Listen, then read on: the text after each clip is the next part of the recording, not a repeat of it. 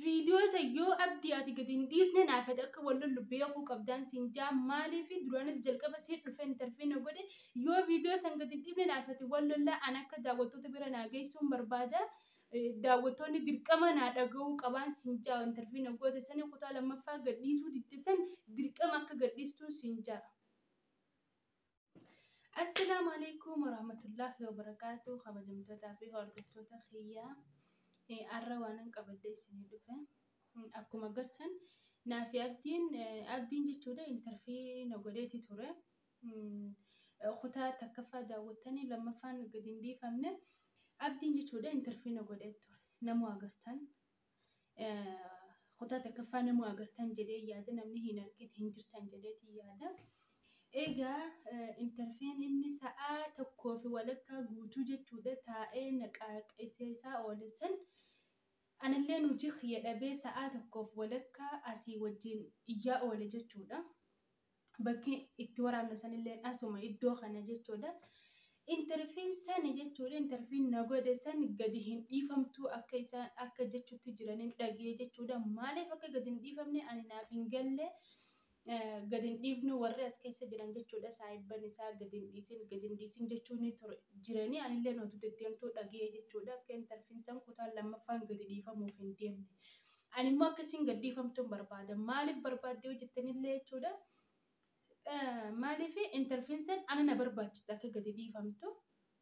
Maaliif bakkan uummata musliimaa bakkan isinitti balleessetti dhiifamaa gaafadhe bakkisanii waa hedduudha. Waa hedduu of keessaa qabdi.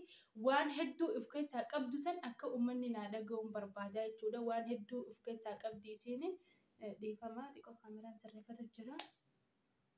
Waan hedduu of keessaa qabdu san akka gurra uummataa bira naaf ooluun barbaada. Akkasuma warri natti mufatillee dhiifama akka naa godhuun barbaada. Inni jechuudha hajjiin biraan irratti hojjetee ture. Abdii irratti namni hin argin hin jirtan jedhee yaada.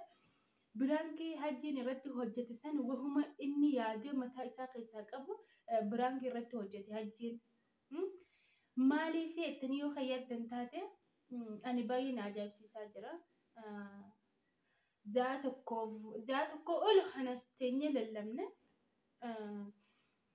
dhugaadha uummanillee na arrabse garuu na arrabsanii san uummata kiyya waqtiin ramadaana waqtiin jirru kun ramadaana dhiifama nan godhaaf maaliif rabbiif jedheeti kan hin dhiifama godhuuf ilma namaatiif jedhee osoo hin ta'in rabbiif jedheetiin dhiifama godhaafi jechuudha. Maaliif jettanii yoo yaaddan taate jiini kun ji'a ramadaanaa ji'a jaalalaa ji'a suuraan awwal marraa nabi Muhammad sallallahu alaihi wasallam irratti buutee jiini kun jechuudha. Jiini ramadaanaa kun ji'a jaalatamaadha. Ji'a kan wallulee onfii walii godhu jechuudha. Kana sababeeffadheetiin dhiifama isinii godhaa jechuudha. Na arrabsaa homaa rakkoo hin qabu isin dilii shammadadhaa ani garuu gama kiyyaan dhiifama isiniif godheetan jira.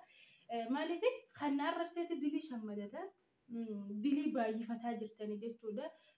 Goojjoo hanga duraan rabbi bira jaarrattanii qabdan if jalaa facaasaatiin jirtan. Maaliif jettanii yoo yaaddan taate ramadaana ni to'ibatan malee nama hin arrabsan obboleeyyan kiyyaa asumaanuu dhiifamaan ani gammadduudha.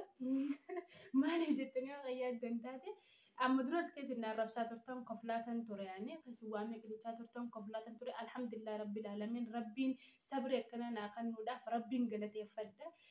Kan namni na arrabsu ani afaan nagaa deebisuudhaaf maashaallah dandeettii addaan naa kan rabbiin galateeffadha isinii miti. Isin garuu warri ramadaana guyyaa soomaa ooltanii galgala gitee nuti viidiyoo gadhiisne nama arrabsitan subhaanallah san isinumarratti isiniin jedha. Ani gama kiyyaan dhiifama isiniif godheetan jira. Kaniin kana dura balleessee jiruuf dhiifama naaf godhaa jedhee takkarra lama isin gaafadheetan jira. Maaliif isin rabbiin taane rabbiin namaaf araarama waan feeti yoo balleessitee gaafa irraa toibattee as garagaltee toibatte rabbiin siif araarama waan ta'eef kanaafuu koomantii abdii jalatti dila sana arrabsitanii anis abdiin sana bira taa'ee dubbisee dhaggeeffadhee jechuudha. Maashaallah dandeettii dhaggeeffadhee bakka deebii qabdutti deebii kannaafi jechuudha. Na bira taa'ee naa dubbisee argitanii turtanii. Nabira akkana siin jedhan akkana jedhan jedhee naa dubbisee maashaallah cal jedhan dhaggeeffadhe bakka isin deebii qabda deebiin deebisaa fi gisan jedhe dhisi boodan si gaafadha ishii walumaan dhiisne ture garuu kutaa lammaffaa sanirrattan deebii kanneetan ture kutaa lammaffaan kun gadi hin dhiifamuu gisee jedhani waan baay'ee nama aarsu jechuudha maaliif waan dirqama isin dhaga'uu qabdanii jechuudha maaliif intarviina godhe maaliif gadi hin dhiifamu jedha ani naaf hin galle warri kutaa lammaffaan sannuuf gataa dhiifamu jettan koomantii jalatti barreessaan isiniin jedha abdiin hedduun aarse ani maaliif jettanii yoo yaadan taate itti talagalee jechuudha itti yaadee dhiifama afaan samaanii fayyadamuu fayyaafe itti yaadee dhufee caalee interfiinsii gochuu barbaada anillee ishii jedhee hayyamee fi yeroo kiyya gubee hojii tiyyarra yeroo tiyya gubee hayyamee fi akka inni naaf godhu interfiina waliin godhu ishii jedhee hayyamee fi dhufee moggaa taa'ee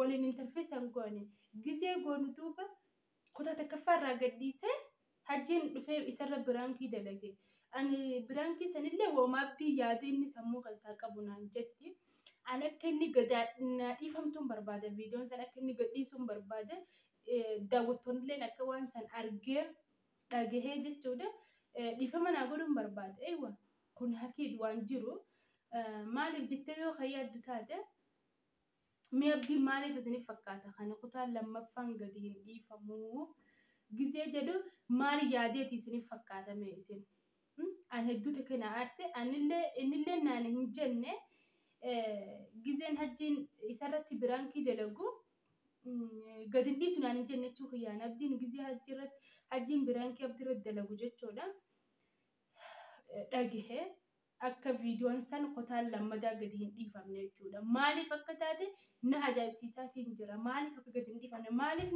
interviina godhe maaliif gadi hin dhiifamne anu yeroo kiyya gubeetii kan isaa wajjin astaayaa afaan banaa oole sababii ummata kabajamaa jaalatamaa na hordofu kanaati miti kan isaa wajjin astiin sa'a takkaaf walakkaa guutuu asii lallabaa bulee jechuudha hiraamnillee natti gee waqtiin suuraallee nu geesse osoo asii lallabnu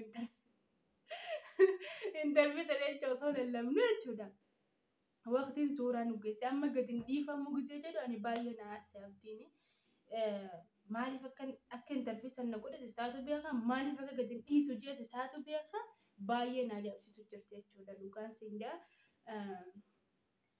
dhiiroo maaliif laatamee isin daawwattoota koomantii jalatti warri viidiyoon san gadaa dhiifamu warri jettan viidiyoon kutaa lammaffaa abdii bira jirtu gadaa dhiifamu warri jettan lakkoofsa takka barreessaa warri nuuf gadi hin dhiifamin jettan lakkoofsa lama barreessaa adda nuu baasaan isiniin jedha waan hedduu of keessaa qaba viidiyoon inni qabatee taa'utti jiruun sane waan hedduu of keessaa qaba ani gara kiyyaan akka wanni takka osoo ijiitti godhee keessaa hin cirre akka asirra naa baatuun barbaada maaliif ifiif dhufe interviina godhe anis waan naasa'uu qabu haasa'e waan takka osoo keessaa hin murre akka asirra naa maxxansuun barbaada jechuudha dhufe maxxanse daawwattoonni akka daawwattaniin barbaada maaliif naaf hin galu ani wanni akkanaa kune jalqabas dhufe na wajjin haasa'e ammas deebi'ee kutaa takkarraa gadhiise saniifuu waan silaa ergaa hin qabne gadhiise waan silaa ergaa qaba daawwattoonni illee daawwatee narraa gammadu ta'us narraa gammadu jechuudha if bira qabee san gadi hin dhiisuu gizee jedhu waan hedduu nama aarsaate gama kiyyaan abdii hedduu sittaaree kan jiraani dhuftee yeroo tiyyannatti gubdee interviina gootee deebitee gadi hin dhiisuu gizee jettu waan baay'ee nama aarsaate abdii asumaan pilees gadhiisin siinjaa viidiyoo sanii yoo gadhiisuu baatte immoo naafet akka wallollu beekin siinjaa maaliif jettee kan yaaddu taate yeroo duraata si kan dhufee na cinaa taa'e daawwattoonni akkana siinjee jee na arrabsite si deebitee ammas gadi hin dhiisuu gizee jettu hedduu nama aarsitii jechuudha yoo ati interfiisan gadi hordoftootaa fi kabajamtoota keenya asumaan isinin jedheetan jira warri viidiyoon san gataa dhiifamtuu jettan lakkoofsa takka barreessaa warri nutti gadi hin dhiifamin jettan lakkoofsa lama barreessaa asumaan kabajaa fi jaalalaan dhiifamaa wajjin baatiin ramadaanaa nama arrabsuu dhiisaadha waan babbareedduu yoo argi keessan barreessuun beeynes hin barreessinaati yoo isinitti tole daawwadhaa isinitti toluu baatu dirqamni jiru naa jechuudha nuti giddiidhaan nu daawwadhaa isiniin hin jennu waan kana ta'eef maaliin isiniin jedha viidiyoo asumarratti gara xumuraattiin deemaa jira jechuudha. Warri nu jajjabeessuu barbaaddanis laayik, sabskiraayib, sheer godhaatiin nu jajjabeessaa isiniin jedha. Nu cinaa dhaabbadhaadha.